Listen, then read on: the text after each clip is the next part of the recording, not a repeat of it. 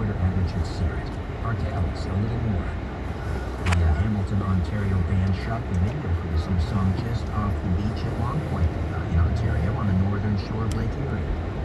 And this tune, a little more, is a nod to the piano man Tony, whose musician dad sold a bunch of his own gear in order to buy an upright piano for Tony to learn to play when he was a young child. It's a touching song.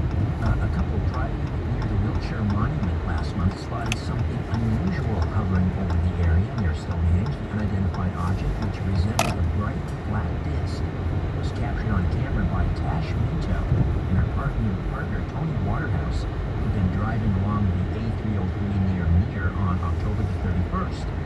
He said, "I would not have thought in my wildest dreams that I would make a video like this. On the way back from Devon yesterday, we noticed a huge bright light in the sky on the left side of the A303. It was orange and had a very strong artificial light. My partner said there may have been more lights, but I could have sworn it was a solid body. We thought of drones or reflectors, but by no means matched their size. The light was constant under the clouds and motionless. We rotated for about 3 minutes and then it disappeared.